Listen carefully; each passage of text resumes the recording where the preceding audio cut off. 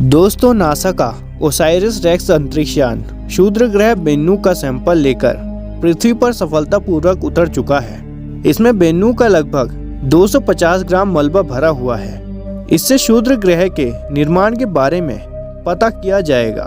Bennu को पृथ्वी के लिए संभावित रूप से खतरनाक क्षुद्र ग्रहों में से एक माना जाता है। इसे गहरे अंतरिक्ष से उल्कापिंड का सैंपल लेकर धरती पर वापस लाया गया है।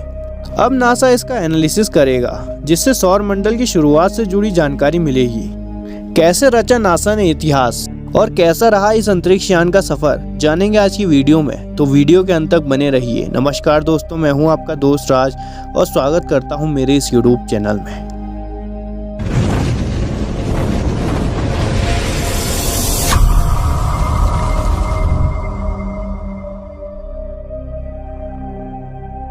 दोस्तों, नासा का ओसाइरिस रेक्स क्षुद्र ग्रह का सैंपल लेकर पृथ्वी पर उतर चुका है। इसकी सॉफ्ट लैंडिंग भारतीय समय अनुसार रविवार रात 8:22 पर अमेरिका के यूटा रेगिस्तान में हुई।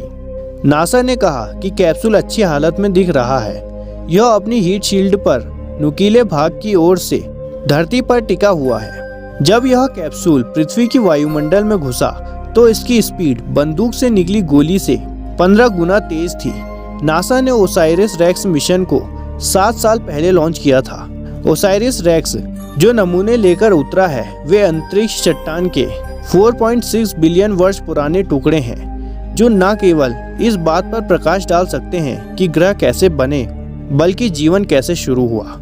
नासा के वैज्ञानिक जिस धूल और चट्टान के छोटे छोटे टुकड़े को देखने के लिए उत्सुक हैं, उन्हें बांटकर दुनिया भर के शोधकर्ताओं को भेजा जाएगा। ओसाइरिस रेक्स मिशन टीम के पास सबसे बड़ा हिस्सा पहुंचेगा। हायाबुसा 2 मिशन से नासा को भेजे गए क्षुद्र ग्रह नमूने के बदले में लगभग 4% नमूना कनाडाई अंतरिक्ष एजेंसी को और 0.5% जापानी अंतरिक्ष एजेंसी को जाएगा। कुछ सामग्री न्यू मैक्सिको में एक सुरक्षित फैसिलिटी में भी संग्रहित की जाएगी। दुनिया भर के वैज्ञानिक भी नासा से इस क्षुद्र ग्रह के छोटे हिस्से मांग सकते हैं। इसके कुछ भाग को भविष्य के लिए भी बचाकर रखा जाएगा।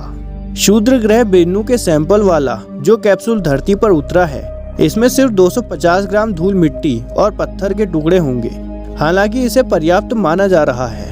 यह पहली बार नहीं है कि किसी क्षुद्र ग्रह से सामग्री पृथ्वी पर वापस लाई गई है। जापान ने क्षुद्र ग्रहों इटोकावा और रयुगु के लिए हायाबुसा मिशन के जरिए ऐसा किया है। उस वक्त जापान दोनों क्षुद्र ग्रहों से 6 ग्राम से थोड़ा कम सामग्री प्राप्त करने में कामयाब रहा था। यह बहुत अधिक नहीं लग सकता, लेकिन वास्तव में वैज्ञानिक जिस प्रकार के परीक्षण करना चाहते हैं, उसके लिए यह पर्याप्त है।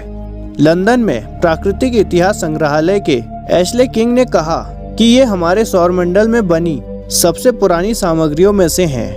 क्षुद्र ग्रहों के नमूने हमें बताते हैं कि पृथ्वी जैसे ग्रह बनने के लिए वे सभी सामग्रियां क्या थीं, और वे हमें यह भी बताते हैं कि नुस्खा क्या था। ये टुकड़े भी बता सकते हैं कि वे सामग्रियां एक साथ कैसे आईं और एक साथ मिश्रित होने लगीं और अंत में पृथ्वी पर रहने योग्य वातावरण बन गया।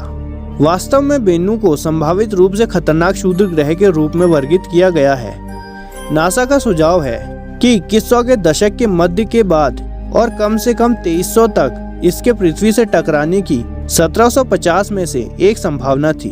अनुसंधान का एक महत्वपूर्ण क्षेत्र क्षुद्र ग्रह की कार्बन से भरी सतह है, जिसका अध्ययन करके वैज्ञानिक यह पता लगाने के लिए उत्सुक हैं कि क्या ऐसी वस्तुएं जीवन के लिए महत्वपूर्ण सामग्री जैसे कार्बनिक पदार्थ और पानी पृथ्वी पर ला सकती हैं। नासा के ओसाइरिस रेक्स स्पेसक्राफ्ट अंतरिक्ष से धरती के लिए एक शानदार तोहफा लाया है। शोधकर्ता इस तोहफे का इंतजार 7 साल से कर रहे थे, जो अब तक का सबसे बड़ा एस्टेरॉयड सैंपल है।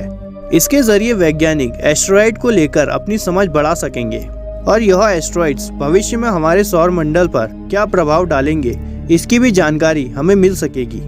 इस मिशन का पूरा नाम origins spectral interpretation resource identification security regolith explorer है। इस अंतरिक्ष यान को 2016 में लॉन्च किया गया था। इसे बेन्नू नाम के उल्कापिंड पर भेजा गया था। इसके सैंपल्स वैज्ञानिकों को सौर मंडल की उत्पत्ति और विकास के बारे में ज़्यादा से ज़्यादा जानकारी प्राप्त करने में मदद करेंगे, क्योंकि उल्कापिंड सौर मंडल के शुरुआती दिनों से बचे हुए हैं। मई 2021 में बेन्नू से उड़ान भरने के बाद नासा का यान पृथ्वी की ओर बढ़ा। नासा के ओसाइरिस रेक्स मिशन की टीम ने जब रेगिस्तान में इस कैप्सूल को देखा तो उनमें खुशी छा गई। जहां यह कैप्सूल उतरा था वह जमीन रक्षा विभाग की है। यह अपने निर्धारित समय से 3 मिनट पहले उतरा था। इस कैप्सूल का आकार एक कार के टायर के आकार का है। 12 किलोमीटर प्रति घंटे की स्पीड से यह वायुमंडल में आया। एक हीट शील्ड और पैराशूट के जरिए इसके उतरने की स्पीड धीमी हो गई। एरोस्पेस कंपनी लॉकहीड मार्टिन के चीफ इंजीनियर टिम प्रीजर ने कहा कि इस छोटे कैप्सूल ने काम को पूरा किया। यह किसी पंख की तरह धरती पर गिरा। इस मिशन से जुड़े दांते लॉरेट ने कहा, मैं हेलीकॉप्टर में था जब मैंने सुना कि पैराशूट खुल गया है और हम सॉफ्ट लैंडिंग करने वाले हैं, तो मैं उस समय किसी बच्चे की तरह रो रहा था। नासा के जॉनसन स्पेस फ्लाइट सेंटर के मुख्य वैज्ञानिक एलिन स्टैनबेरी ने कहा, हम बहुत हाई रेजोल्यूशन पर बहुत छोटे कणों का विश्लेषण कर सकते हैं। नासा ने इससे जुड़ी तस्वीरें जारी की हैं। इसमें वैज्ञानिकों ने इसका हीट शील्ड उतार दिया, लेकिन अभी भी सैंपल खास बॉक्स में बंद है। सोमवार को इसे जॉनसन स्पेस सेंटर की एक फैसिलिटी में ले जाया गया, जहां इसका विश्लेषण शुरू हुआ। दोस्तों, नासा की इस बड़ी जीत के बारे में आप क्या सोचते हैं, हमें कमेंट करके ज़रूर बताइएगा। वीडियो पसंद आई हो तो लाइक करके ज़रूर जाइएगा और ऐसी इंटरेस्टिंग और इन्फॉर्मेटिव वीडियोस के लिए हमारे चैनल को शेयर और सब्सक्राइब करना ना भूलें। धन्यवाद।